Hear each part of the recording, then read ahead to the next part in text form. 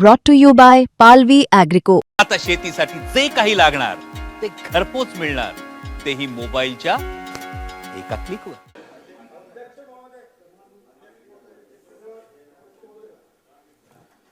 अध्यक्ष महोदय, बोलणार आहे? नाव घेतलं माझं. अध्यक्ष महोदय,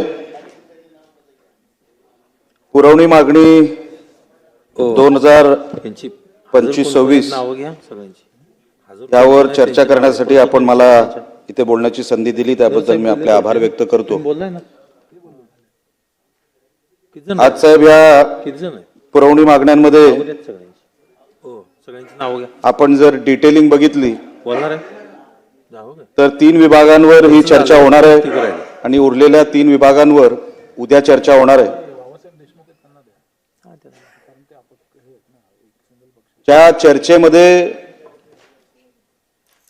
निधी मंजूर आहे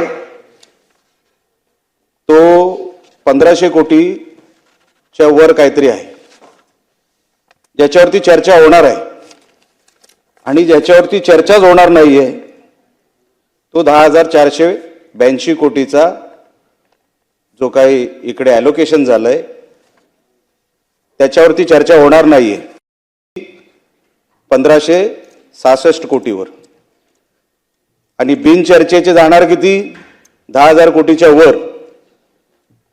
मला अध्यक्ष महोदय, मी नवीन आमदार असल्यामुळे मला मागच्या पुरवणी मागण्यांमध्ये पण ही शंका आली, साहेब हे ठरवतो कोण की चर्चा कुठल्या विभागांवर करायची आहे? हे ठरवतो कोण अध्यक्ष महोदय? 1500 कोटीच्या चर्चेसाठी आपण हे सगळे बसलेलो आहोत 3-3 तास, आणि 10,000 कोटीच्या वरची चर्चाच होणार नाहीये विभागांची. अनेक वेळेला ही गोष्ट मला समजण्याच्या पलीकडे ठरवतो कोण? जे कोण ठरवत असतील ते कळेल कदाचित कालांतराने की हे सगळं कोण करतंय हे सगळं, आणि या चर्चेचा त्याच्यामध्ये निष्पन्न काय होतो. अध्यक्ष महोदय, आज 3 विषयांवर चर्चा आहे. मी 2 विषयांवरच बोलणार आहे. नियोजन विभाग,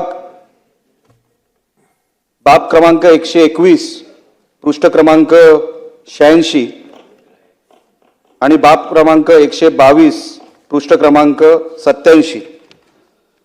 अध्यक्ष महोदय, नियोजन विभागामध्ये मी आमदार असल्यामुळे जिल्हा नियोजन ह्याचा मी निमंत्रित सदस्य असतो. राज्य नियोजन मंडळाकडून जो काही निधी पाठवला जातो तो जिल्हा नियोजन मंडळाकडे पाठवला जातो. अध्यक्ष महोदय, मी ज्या जिल्ह्यातून येतो, सिंधुदुर्ग जिल्हा, त्याचा प्रारूप आराखडा आज 700 कोटीच्या जवळ गेलेला आहे. आणि हा 700 कोटीचा प्रारूप आराखडा आणि आपल्याला जी रक्कम मिळते प्रत्येक जिल्ह्याचं असंच आहे. त्याच्यामध्ये मी काय माझ्याच जिल्ह्याबद्दल बोलतोय, एकाच जिल्ह्याबद्दल बोलतोय अशातला भाग नाही. बाजूच्या रत्नागिरी जिल्ह्यामध्ये पण प्रारूप आराखडे हे 500-1000 कोटीच्या जवळपास जातात. पण अस्तित्वामध्ये जी कारणं दिली जातात राज्य नियोजन मंडळाकडून की तुमचा खर्च मागच्या वर्षाचा अखर्चित आहे, एका मर्यादेनंतर तुमच्या जिल्ह्यामध्ये खर्च पडत नाही, अशी वेगवेगळी कारणं जो डिस्ट्रिक्ट प्लॅनिंग ऑफिसर असतो आमच्या जिल्ह्याचा तो आम्हाला सांगत असतो. माझी अनेक आमदारांनी इथे विनंती आहे, अध्यक्ष महोदय, आमचा जो आमदार निधी आम्ही खर्चाला टाकतो तो 5 कोटीचा असतो, बरोबर आहे? त्या 5 कोटीमध्ये पण साहेब आपण तपास घ्या, कधी पण 1.5 पटीने आपला हा खर्च वाढून आपल्याकडे मागवला जातो. जेव्हा आर्थिक हे जे वर्ष संपतं, आपला आमदार निधी सुद्धा 4.5 कोटीच्या वर खर्चच होत नाही. हे तपासून घ्या साहेब कुठेही आपण.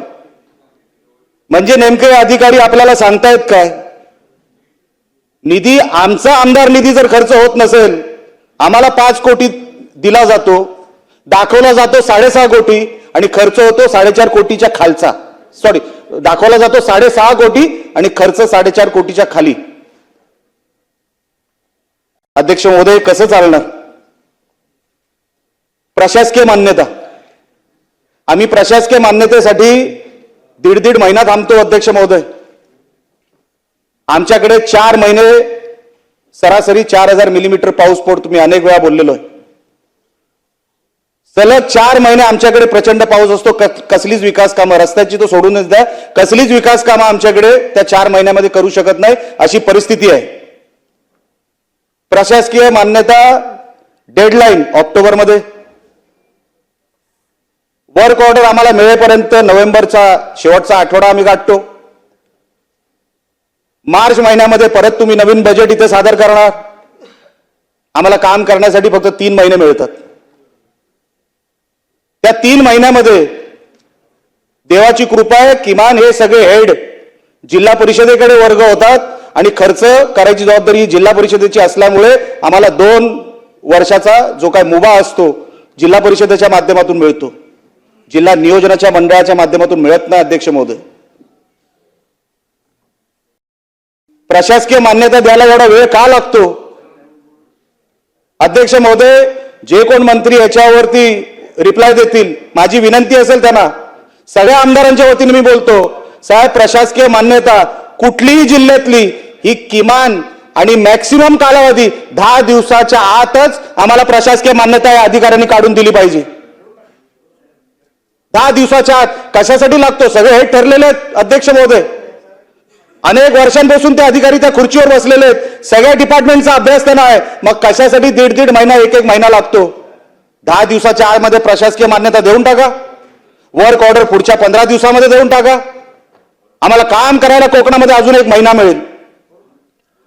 जो पैसा राज्य नियोजन मंडळ आमच्याकडे पाठवतो, साहेब आमचा प्रारूप आराखडा बाजूच्या जिल्ह्यामध्ये, रत्नागिरी जिल्ह्यामध्ये कदम साहेब आता आले, त्यांनाही विचारा, त्यांचा प्रारूप आराखडा आता 1000 कोटीच्या जवळ गेला असेल. आणि जेव्हा राज्य नियोजन मंडळ मीटिंग घेतं जिल्हा नियोजन मंडळाची, तेव्हा काय सांगतं, तुम्हाला अमुकच पैसे आम्ही खाली पाठवतो. मिळालेल्या नियोजन मंडळाचा आणि प्रारूप आराखड्यामध्ये आणि जिल्हा नियोजन मंडळाला मिळतात किती ह्याचं डेफिसिट जर तुम्ही बघितलं तर प्रत्येक जिल्ह्यामध्ये तुम्हाला 200, 250 कोटीचा डेफिसिट दिसेल. मग आम्ही मागतोय कशासाठी अध्यक्ष महोदय? एक सरसकट तुम्ही 500 कोटी रुपये लहान जिल्ह्यांना देऊन टाका, मोठ्या जिल्ह्यांना 1000 कोटीच्या वर देऊन टाका. साहेब आपण आमदार खासदार पगार घेतो ना दर महिन्याला, मग दर वर्षाला एक फिक्स इन्कम देऊन टाका ना त्या जिल्ह्यांना. इथे भीक मागावी लागते. राज्य नियोजन मंडळाकडे जिल्हा नियोजन मंडळ जे आमचे डीपीओ आहेत ते आम्हाला सांगतात, आम्ही साहेब हे खर्च दाखवू शकलो नाही म्हणून कदाचित आपल्याला पुढच्या वर्षी निधी मिळणार नाही. मग प्रारूप आराखडा कशासाठी बनवायचा अध्यक्ष महोदय?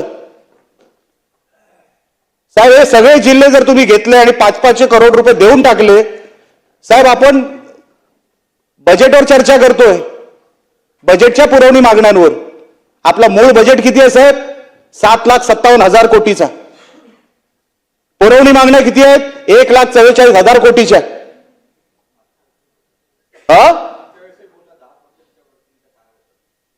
मला एक सांगा अध्यक्ष महोदय, जर प्रत्येक जिल्ह्याला लहान जिल्हे 500, मोठे जिल्हे 1000 आणि 1500 जर तुम्ही फिक्स देऊन टाकले, काय बिघडणार आहे आपल्या आर्थिक व्यवस्थेमध्ये?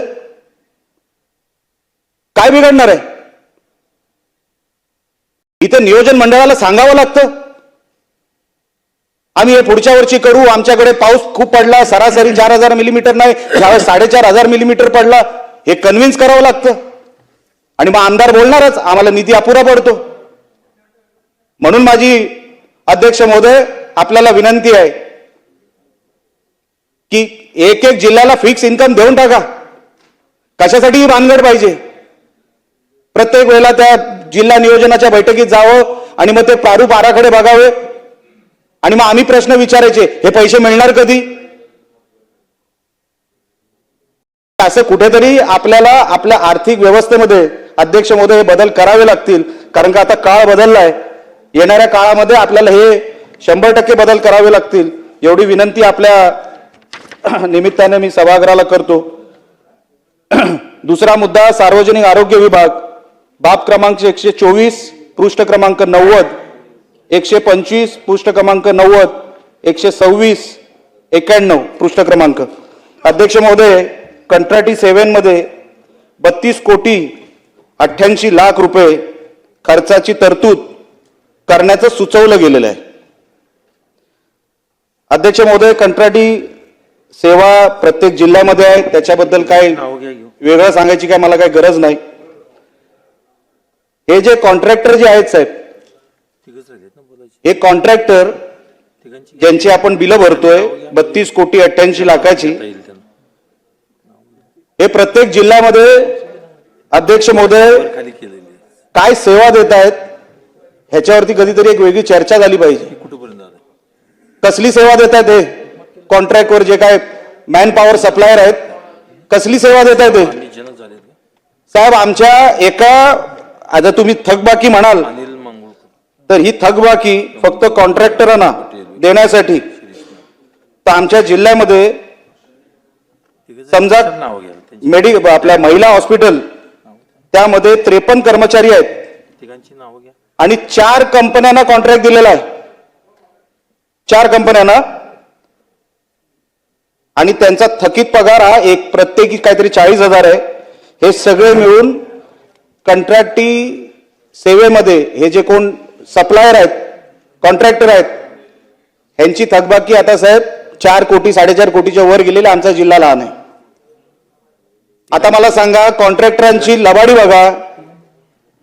आता ह्यांचं कुठेतरी कुठल्या तरी डिपार्टमेंटची ह्यांचं जुळवाजुळव झालेली असते.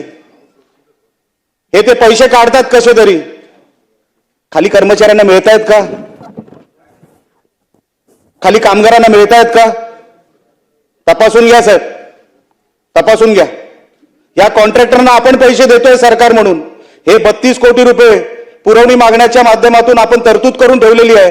हे प्रत्येक जिल्ह्यामध्ये 5-5, 10-10 कोटी रुपये गेले, ते कॉन्ट्रॅक्टरांना गेले. ते कॉन्ट्रॅक्टर खाली देणार आहेत का? ह्याचा तपास कधीतरी झाला पाहिजे साहेब. 15 वित्त आयोगामध्ये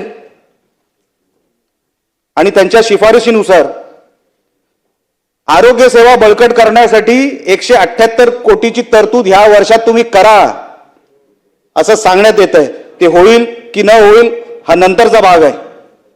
ही सगळी तरतूद जी आरोग्य विभागामध्ये साहेब करण्याचं सरकारने ठरवलंय पुरवणी मागण्यांच्या माध्यमातून.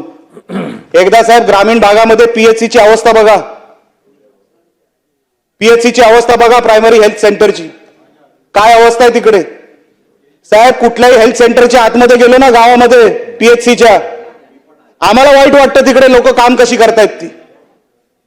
काही ठिकाणी टॉयलेट चांगले असतील पण त्या पीएचसीची अवस्था बघवत नाही आता. अध्यक्ष महोदय, आपण चर्चा फार मोठमोठ्या करतोय.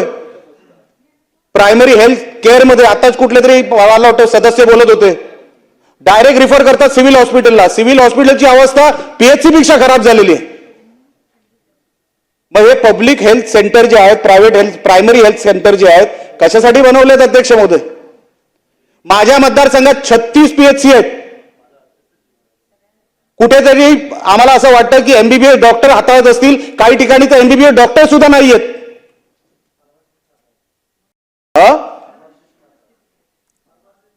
फार्मासिस्ट काही ठिकाणी सदस्यांचं म्हणणं फार्मासिस्ट हाताळतात. अध्यक्ष महोदय, आपण पीएचसी जर महाराष्ट्रामध्ये धड करू शकलो नाही, आपण कुठल्या आरोग्य सेवेची चर्चा करतोय, कुठल्या निधीची चर्चा करतोय? या पीएचसी प्रत्येक गावाचा एक आधार आहे. आमच्याकडे पाऊस जास्त आहे, जंगलं जास्त आहेत, सर्पदंश होतो, त्याच्यावरती अँटीडोट नाही अध्यक्ष महोदय. आमच्याकडे 358 औषधं पाहिजे, 358 प्रकारची औषधं पाहिजे प्रत्येक जिल्ह्यामध्ये. आहेत किती जाऊन विचारा.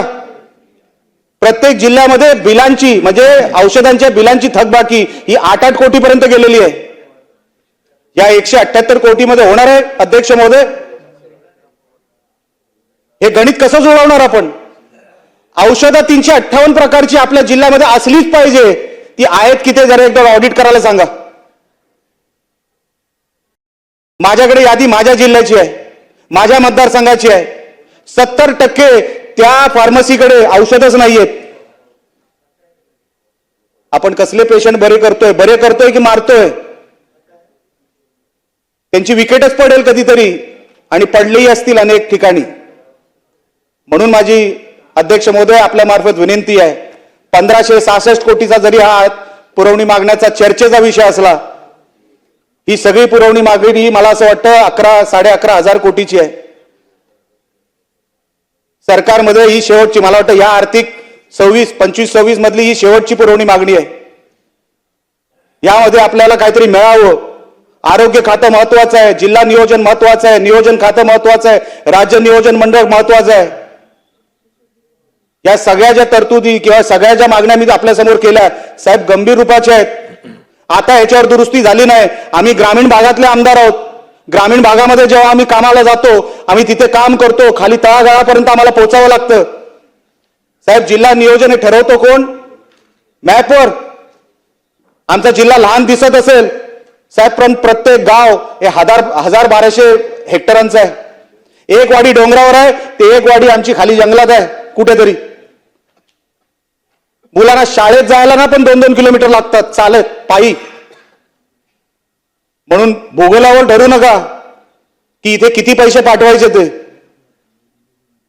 जी आताची जी काय व्यवस्था झाली, आर्थिक व्यवस्था झाली आहे देशाची असेल, महाराष्ट्राची असेल, ती रिक्वायरमेंट काय, त्या रिक्वायरमेंट नुसार प्रत्येक जिल्ह्यामध्ये पैसे पाठवा, एवढी विनंती अध्यक्ष महोदय या निमित्ताने मी करतो. आणि आपण मला बोलायला संधी दिली त्याबद्दल आपले आभार मानतो. धन्यवाद.